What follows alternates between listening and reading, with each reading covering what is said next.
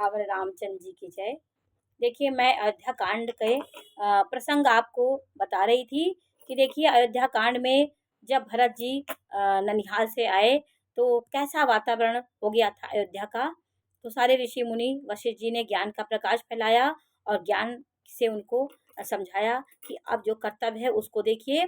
तो सारी क्रियाएं करने के बाद भरत जी से कहा गया कि दशरथ जी का सारा अंतिम क्रिया संस्कार हुआ, 10 दिन का कार्यक्रम हुआ। सब कुछ होने के बाद फिर सभा बैठी। सभा में कहा गया कि राजगद्दी के लिए, राजपद देने के लिए कहा गया भरत जी को। भरत जी ने अपने को बहुत बड़ा अपराधी मान करके उनको कहा कि मैं अपराध से भरा हूँ और मेरे कारण ये सब हुआ है। ये सब नाना प्रकार की उन्होंने अपने लिए कहा कि मैं अधम हूँ और मेरे कारण सारे ये हुआ, मैं ही कारण हूँ। तो सब लोग उनको समझाएं और फिर वो राजपद नहीं लिए। फिर उनके मन में विचार आया और सब सभा में उन्होंने अपना विचार प्रकट किया कि मैं श्री रामचंद्र जी के दर्शन के बिना कुछ नहीं कर सकता हूँ। पहले मैं उनके चरणों का दर्शन करूँगा, मैं अयोध्या जाऊँगा, रामचंद्र को ही हम राजा बनाएंगे। उन्होंने सारी राज्य की सारी सामग्रियाँ, होम यज्ञ की जो भी सामग्रियाँ लेकर के वशिष्ठ जी के साथ और कई मुनि थे, राजा मंत्री सब लेकर के वो गए और सिद्ध ऋषियों के साथ वो अयोध्या जा रहे हैं। निषाद राज से उनका मिलन होता है।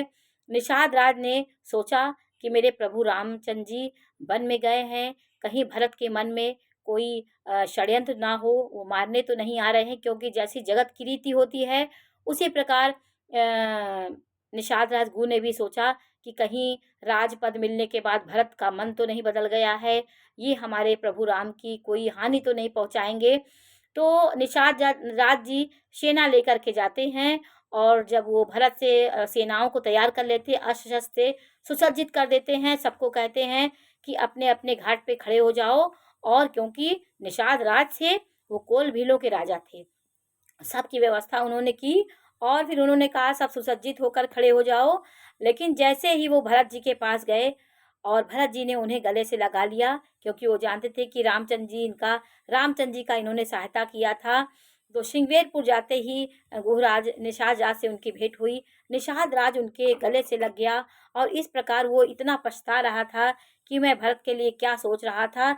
कई तरह से उसने उनको आलिंगन किया। भरत ने और उनके पैर छुआ, दंडवत किया और उन्होंने कहा आज मैं बड़भागी हूँ कि जो मैं रामचंद्र जी का भी दर्शन पाया, आपका भी दर्शन पाया। मैं कुल का भूषण हो गया हूँ अपनी जात का, वो बहुत धन्य हो गया। फिर उसके बाद घाट पे त्रिवेणी की घाट पे निषाद नाथ ने उनके नाव से उन्हें छोड़ा। फिर वो माँ गंगा का स्नान किए सब लोग। माँ गंगा के स्नान करने के बाद त्रिवेणी का उन्होंने पूजन किया। सारी माताओं ने स्नान किया, जितने लोग थे सब स्नान किया। जब बहुत ही ग्लानि में वो थे कि वो अपने को बहुत दोषी मान रहे थे भरत जी, तो त्रिवेणी में वो स्नान कर रहे थे। तो त्रिवेणी से माँ गंगा की ऐसे आवाज आई और माँ गंगा ने कहा कि हे तात, तुम सब प्रकार से साधु हो। आवाज आई क्योंकि वो ग्लान से भरे थे, वो पग पग पे अपने को दोषी मान रहे थे और जगह जगह ही ऋषि मुनियों ने उनको समझाया कि ये विधाता की करनी है, इसमें तुम्हारा कोई दोष नहीं है। तब भरत जी कहें कि तुम एक अलग साधु प्रकृति के व्यक्ति हो। गंगा जी से आवाज आई और श्री रामचंद्र जी के चरणों में तुम्हारा अगाध प्रेम है। गंगा जी ने कहा रामचंद्र जी के प्रेम में तुम्हारा अगाध प्रेम है और तुम व्यर्थ ही मन में ग्लानि कर रहे हो। श्री रामचंद्र जी तो तुम्हारे समान प्रिय कोई नहीं है। इस प्रकार आवाज माँ गंगा ने दिया और त्रिवेणी से आवाज आई। तो त्रिवेणी के अनुकूल वचन सुनकर भरत जी का शरीर पुलकित हो गया, बहुत आनंदित हो गए, हृदय में हर्ष छा गया उनके और बहुत प्रकार से वो खुश हो गए, क्योंकि वो अपने को अपराधी मान रहे थे। तो कोई कहीं से भी कोई सांत्वना दे देता है तो व्यक्ति खुश हो जाता है। सब आनंदित हो गए और सब लोग आपस में बात करने लगे और भारत जी की महिमा सुनकर के सब लोग धन धन कहने लगे। सब हर्षित हो गए और देवता लोग फूल बरसाने लगे, क्योंकि माँ गंगा ने ही आवाज जैसे आकाशवाणी होती थी। पहले इतना सत्यव्रत था कि पशु पक्षी और ये जो गंगा माँ है, पर्वत है, सब ये बोल उठते थे, क्योंकि सत्य की ताकत होती थी। रामचंद्र जी के सुंदर गुण समूहों को सुनते हुए मुनि श्रेष्ठ भरद्वाज के पास गए। अब गंगा में स्नान करके वो मुनि श्रेष्ठ भरद्वाज ऋषि के मुनि के आश्रम में गए। प्रयाग में ही उनका आश्रम है, वहाँ पे वो लोग गए। जैसे ही उन्होंने भरत जी को देखा, वो हृदय से उनको गले लगा लिए और उन्हें आसन दिया और सिर नवा करके इस तरह बैठे मानो संकोच में वो हो गए कि इतने बड़े ऋषि मुनि हमें कितना आदर दे रहे हैं और मैं ये कारण हूँ, इस षड्यंत्र का मैं कारण हूँ। वो संकोच कर रहे थे, उनके मन में यह बहुत बड़ी सोच थी। मुनि कुछ पूछेंगे तो मैं क्या उत्तर दूंगा, ये उनके मन में हो रहा था कि भरद्वाज ऋषि पूछेंगे, घर के बारे में पूछेंगे, क्योंकि घर में ऐसा षड्यंत्र हो गया था, मैं क्या उत्तर दूंगा कि मेरे लिए सारा चीज हुआ है। जैसे ये सोच रहे थे, भरत जी के शील और संकोच को देखकर ऋषि बोले, क्योंकि संकोच हो गया जैसे कोई अपराधी होता है, अपराध करने के बाद उसके दुख लगता है, उसे उसी प्रकार भरत जी को हो रहा था। तो ऋषि बोले, भरद्वाज ऋषि बोले कि सुनो, हम सब खबर पा चुके हैं, मुझे सब पता है कि क्या हुआ है क्या नहीं, मुझे सब पता है और विधाता के कर्तव्य पर कुछ वश नहीं चलता। उन्होंने कहा ये विधाता का कर्तव्य, इसमें कोई वश नहीं चलता, तुम किसी प्रकार की ग्लानि मत करो। यह कह करके यह कहते ही वो भला मतलब यह कहते हुए उन्होंने उनको सांत्वना दिया और ये माता की करतूती नहीं है, माँ के ये सरस्वती ने ही उनकी बुद्धि बिगाड़ दी और उन्होंने सरस्वती उनके बुद्धि में प्रवेश कर गई, भ्रमित कर दिया उनको और मोह माया में डाल दिया। क्योंकि जब हम संसार में शरीर धारण करते हैं तो मोह और माया योग माया हमें घेर लेती है, तो हम इस जगत दृश्य जगत जो है उसको हम अपना मान बैठते हैं। वैसे योग का और माया का कुचक्र उसके कैकेयी के मन में हो गया और सरस्वती का सब खेल था। उन्होंने कहा कि सरस्वती ही कैकेयी की बुद्धि बिगाड़ दी थी, यह कहते ही कोई भला ना कहेगा, क्योंकि तुम लोक और वेद दोनों ही विद्वानों को मान्य हो, तुम दोनों ही मान्य हो और निर्मल यश गाकर भी लोग और वेद तुम्हारी बड़ाई करेंगे। तुम किसी प्रकार तुम्हारा ऐसा चरित्र है कि तुम्हें कोई कलंकित नहीं करेगा, यह लोक और वेद दोनों में तुम माने रहोगे। सारे अनर्थ की जड़ तो श्री रामचंद्र जी का वनवास ही है। मतलब उन्होंने कहा कि सब कुछ सही था, लेकिन रामचंद्र जी का वनवास जो है वो सबको पीड़ा दे दिया, क्योंकि इतने बड़े राजा, इतना कोमलांग शरीर और महाराजा के यहाँ जन्म लिए, चक्रवर्ती राजा के यहाँ जन्म लिए, दुख को तो वो जानते ही नहीं थे। उनको जो दुख मिला वो यह सुनकर समस्त संसार पीड़ा में है, क्योंकि इतने कोमल शरीर कैसे इतने बड़े जंगल में वो कैसे, क्योंकि वन का ये नियम होता है कि आप किसी के घर में नहीं रुक सकते हैं, किसी नगर में नहीं रुक सकते, केवल वन ही विचरण करेंगे, ये वनवास का नियम होता है। तो उन्होंने बस यही दोष है, राज करते तो भी तुम्हारा दोष ना होता, क्योंकि यह सुनकर राजा रामचंद्र जी को संतोष होता, क्योंकि हमारी प्रजा कहीं से दुखी नहीं है, अगर तुम राजा भी हो जाते तो भी कोई दोष नहीं था। हे भरत, अब तो तुमने बहुत ही अच्छा किया है, जो तुमने यह दिखा दिया रामचंद्र जी के पास जा रही है, तो बहुत अच्छे से भी अच्छा हो गया। यह मत तुम्हारे लिए उचित था। श्री रामचंद्र जी के चरणों में प्रेम होना ही संसार का सबसे सुंदर मंगल का मूल है। रामचंद्र जी के प्रेम में जो व्यक्ति खोया है वो सब मंगलों का उसके कारण हो जाता है, वो मंगल उसके जीवन में आ जाता है। तुम्हारा धन जीवन प्राण ही है, तुम्हारे समान बड़भागी कौन है जो जिसके लिए तुमने आश्चर्य की बात नहीं है, क्योंकि तुम दशरथ के पुत्र हो और श्री रामचंद्र जी के प्यारे भाई हो। उन्होंने कहा, हे भरत सुनो, रामचंद्र जी के मन में तुम्हारे समान कोई दूसरा प्रेमी नहीं है। यह कहकर उन्होंने उनको स्थान दिया। फिर प्रयागराज में सबने सीता जी को, उन्होंने सीता राम जी को तीनों उसी रात अत्यंत प्रेम के साथ तुम्हारी सराहना कर रहे थे। भरद्वाज जी ने कहा कि तुम्हारे ही वर्णन कर रहे थे राम, तुम्हें बहुत मानते हैं, कोई तरह के राम के अंदर तुम्हारे लिए भेदभाव नहीं है, वो परम ब्रह्म परमेश्वर हैं और लीला कर रहे हैं, सबकी गति को जानते हैं कि यह विधाता का खेल है, मनुष्य का क्या खेल है वो सब जानते हैं। तो फिर प्रयागराज में सब स्नान करके उस समय मर्म मैंने जान लिया, रामचंद्र जी यहाँ प्रयाग में स्नान किया था, सब कुछ किया, वो सब चीज़ बता रहे हैं।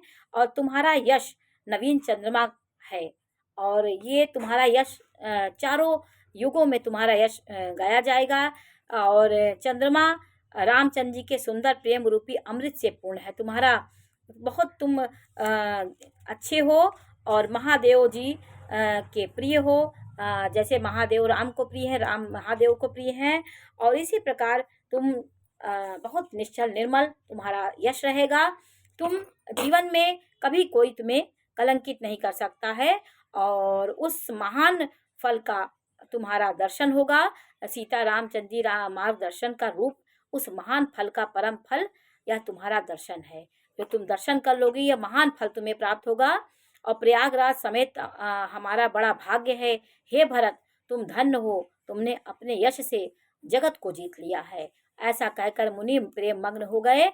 भरद्वाज मुनि के वचन सुनकर सभासद हर्षित हो गए, और साधु साधु कहकर सराहना करते हुए देवताओं ने फूल बरसाए। आकाश में और प्रयाग में धन्य धन्य की ध्वनि सुन सुनकर भरत जी प्रेम मग्न हो गए, क्योंकि वो पहली बार इतना किसी से आदर प्यार पाए और ज्ञान की बातें पाए। उन्होंने कहा, मुनि समाज फिर तीर्थराज है, और तीर्थराज में कोई भी बात सच्ची कहनी चाहिए, क्योंकि तीर्थराज तीर्थों का राजा है।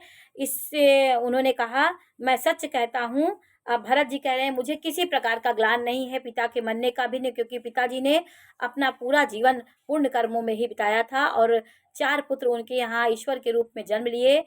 राम लक्ष्मण सीता भरत शत्रुघ्न जैसे उनके पुत्र हुए, उनका सौभाग्य था। वो किसी प्रकार से मुझे इस बात का दुख नहीं है, और इस क्षण भंगुर शरीर को वो त्याग गए। ऐसे राजा जिन्होंने मरने पर राम जी का स्मरण करते हुए उनकी देह का उन्होंने त्याग किया, इसी बात का मुझे दुख है। मुझे दुख दिन रात मैं इस बात से तड़पता रहता हूँ कि मेरे भाई भाभी और लक्ष्मण जी नंगे पांव बिना जूते के वन वन भटक रहे हैं। इसीलिए मैं पैदल चल रहा हूँ, क्योंकि जिस प्रकार हमारे भाई के पैर में छाले पड़े थे, वैसे हमारे पैर में मुझे एहसास हो, इसलिए मैंने सारे वन का दुख झेल रहा हूँ, झेल करके मैं एहसास कर रहा हूँ। वो कह रहे हैं, मुझे इसी बात का दुख है कि इतना राजा के यहाँ जन्म ले करके रामचंद्र जी चरणों में छाले पड़े होंगे। वो कई प्रकार से ये बात कह रहे हैं, कंदमूल फल उन्होंने खाया होगा, और कुश की सैया में सोए होंगे। ये सब बात मेरे मन में होती रहती है। हे नाथ, आपकी आज्ञा को सिर चढ़ाकर उसका पालन करना यह हमारा परम धर्म है। भरत जी के वचन सुनकर मुनि श्रेष्ठ के मन में अच्छे लगे। उन्होंने विश्वास पास सेवकों को, शिष्यों को बुलाया और कहा कि भरत जी की पहुनाई करनी चाहिए, जाकर कंदमूल और फल आदि लाओ। हे नाथ, तुम बहुत अच्छा कहकर से नवाया। तब वे बड़े आनंदित होकर अपने अपने काम को चले गए। मुनि को चिंता हुई कि हमने बहुत बड़े मेहमान को न्योता है, अब जैसा देव हो वैसा ही उनकी पूजा भी होनी चाहिए। यह सुनकर सिद्धियां, रिद्धियां और अणिमादि सिद्धियां आ गई और बोली कि हे गोसाई, जो आपकी आज्ञा हो सो कहे हम करें। अब देखिए, ऋषि मुनि आश्रम में रहते हैं, कोई व्यवस्था नहीं होती है, और अपने तप के बल से वो रिद्धि सिद्धियों को बुला लेते हैं। तो सारी सिद्धियां, अणिमा आदि जो सिद्धियां हैं, सब आकर के खड़ी हो गई और कहीं, हे प्रभु, उन भरद्वाज ऋषि से बोली कि जो आज्ञा हो बताइए। तो मुनिराज ने प्रसन्न होकर कहा, छोटे भाई शत्रुघ्न और समाज सहित भरत की रामचंद्र जी के विरह में व्याकुल हैं, उनकी पहुनाई आतिथ्य सत्कार तुम्हें करना है। तो सब सिद्धियां मिलकर के उनके धन दान जो चीज व्यवस्था हो वो सोच करके आ जाता था। रिद्धि सिद्धियों ने मुनिराज की आज्ञा को सिर चढ़ाकर अपने को बड़भागी समझा। जो सिद्धियां थी वो खड़ी हो गई आकर के, अपने को बड़भागी समझा, क्योंकि यह सब सिद्धियां आपस में कहने लगी कि श्री रामचंद्र जी के छोटे भाई भरत ऐसे अतिथि हैं जिनकी तुलना में कोई नहीं आ सकता। वो कहे, मेरा सौभाग्य है। सिद्धियों ने कहा कि भरत जैसा अतिथि आज हमें आया है और हमें इनके सेवा का सौभाग्य मिल रहा है। अतः मुनि के चरणों की वंदना करके आज वही करना चाहिए जिससे सारा समाज सुखी हो। ऐसा कहकर उन्होंने बहुत से घर बनाए, जिन्हें देखकर विमान भी विरकते हैं और लजा जाते हैं। वो सिद्धियां, इतना भवन निर्माण हो गया, वहां पे हर चीज की व्यवस्था हो गई।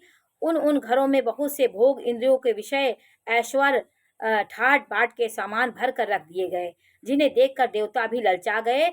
दासी दास सब प्रकार की सामग्री लिए हुए मन लगाकर उनके मनों को देखते रहे, अर्थात उनके मन की रुचि के अनुसार करते रहे। जो सुख के समान स्वर्ग में भी स्वप्न में भी नहीं थे। ऐसे समान सिद्धियों ने पल भर में सजकर सजा दिए। पहले तो उन्होंने सब किसी को जैसी रुचि थी वैसी सुंदर सुखदायक निवास स्थान दिया। फिर उन्होंने कुटुंब सहित भरत जी को दिए। ऋषि भरद्वाज जी ने ऐसे ही आज्ञा दे रखी थी। भरत जी चाहते हैं कि सबके साथियों को आराम मिले, इससे वे उनके मन की बात जानकर मुनि ने पहले उन लोगों को स्थान दिया, पीछे परिवार वालों को भरत जी को स्थान देने के लिए आज्ञा दी। मुनि श्रेष्ठ ने तपोबल से ब्रह्मा को भी चकित कर देने का वैभव रच लिया। देखिए, ऋषि मुनि तपस्या करते हैं क्योंकि वो तपस्याशील अपना शरीर बनाए हैं, लेकिन वो सब वैभव क्षण भर में ला सकते हैं, लेकिन विषय भोग में वो नहीं रहते हैं। तपस्या में अपना जीवन व्यतीत करते हैं। जिस चीज़ की इच्छा ऋषि मुनि करते हैं उनके पास प्रकट हो जाता है। अब देखिए, नाना प्रकार के सेज, आसन, सुंदर वस्त्र, चंदोवे, वन बगीचे, भांति भांति के पक्षी, पशु और नाना प्रकार की प्रयाग में उन्होंने व्यवस्था की। सुगंधित फूल, अमृत के समान स्वादिष्ट फल, अनेकों प्रकार के तालाब, कुएं, बावड़ी, सब का व्यवस्था भरद्वाज मुनि ने ऋषि ने कर दिया। प्रयाग में वो इतने आनंदित, सबको बहुत आनंद हुआ, क्योंकि जब आप तपस्या के पथ पे चलिए तो आपको ईश्वर सुख भी देते हैं। तो भरत नंगे पांव चल रहे थे, पैर में छाले पड़ गए थे। उनको उनके सारे रानियों की अवस्था देख के, ऋषि मुनियों को देख करके भरद्वाज जी ने उनका भव्य स्वागत किया तथा अमृत से भी सरीखे पवित्र खान पान के पदार्थ थे, जिन्हें देखकर सब लोग संयमी पुरुषों, विरक्त मुनियों की भांति सकुचा जाते हैं। सभी के डेरों में मनोवांछित वस्तु देने वाली रिद्धि सिद्धियां प्रकट हो गईं और सबकी जो इच्छा होती थी वो उनके सामने प्रकट हो जाता था।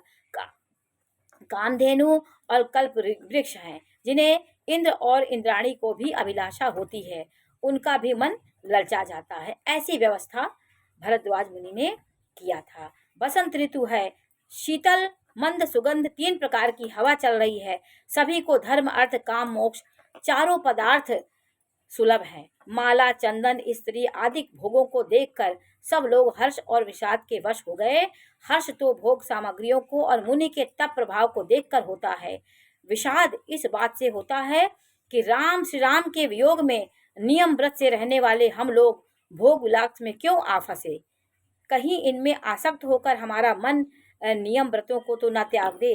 अब सब इतने प्रकार की भोग विलास की चीजें, खाने पीने की सारी व्यवस्था, जो मन में इच्छा हो वो ही प्रकट हो जाती थी। तो सबके मन में हुआ कहीं ये सब हम देख करके हम विषयों में आसक्त ना हो जाएं, क्योंकि हम नियम व्रत से चल रहे हैं और रामचंद्र जी से हमारा मिलन होगा, तो हम अपने व्रत धर्म को क्यों तोड़ें। संपत्ति, भोग विलास की सामग्री चकवी और भरत जी चकवा हैं और मुनि की आज्ञा खेल है। इससे उस रात को आश्रम रूपी पिंजरे में दोनों ही बंद कर रखे। ऐसे सवेरा हो गया जैसे कोई बहेलियों के द्वारा एक पिंजरे में रख जाने पर चकवी चकवे का रात को संयोग नहीं हो पाता, वैसे ही भरद्वाज जी आज्ञा से रात भर भोग सामग्रियों के साथ रहने पर भी भरत ने मन से ही उनका स्पर्श तक नहीं किया। देखिए, तपस्या राम भी कर रहे हैं, तपस्या चारों भाई ने किया। तब आज ये इनका इतिहास और 4 युग में इनकी महिमा गाई जाती है, क्योंकि तपस्या विषयों को देख करके भी विषयों में ना फंसना, ये तपस्याशील है। प्रातःकाल भरत ने तीर्थराज में स्नान किया और समाज सहित मुनि को सिर नवाकर ऋषि की आज्ञा और आशीर्वाद को सिर चढ़ाकर दंडवत करके वो विनती करके रास्ते को पहचानने के लिए आगे बढ़े। रखने पर उन्होंने धीरे आगे चित्रकूट के भरत जी चित्रकूट में चित लगाए। उनका मन चित्रकूट में ही लगा था। भरत जी राम सखा गुह के हाथ में हाथ दिए हुए जा रहे हैं, मानो साक्षात प्रेम ही शरीर धारण करके जा रहा हो। इस प्रकार देखिए महिमा भरत जी की है कि चारों भाई, रामचंद्र जी के चारों भाई तपस्या में थे। रामचंद्र जी वन में तपस्या कर रहे थे, सीता जी, लक्ष्मण जी, और भरत जी नंदीग्राम में कर रहे थे। शत्रुघ्न जी शत्रुओं का हनन करने के द्वार में खड़े थे। तो सबका तपस्या अपने अपने स्थान पे था। सब रानियों ने तपस्या की है। बोलो श्री राम रामचंद्र जी की जय।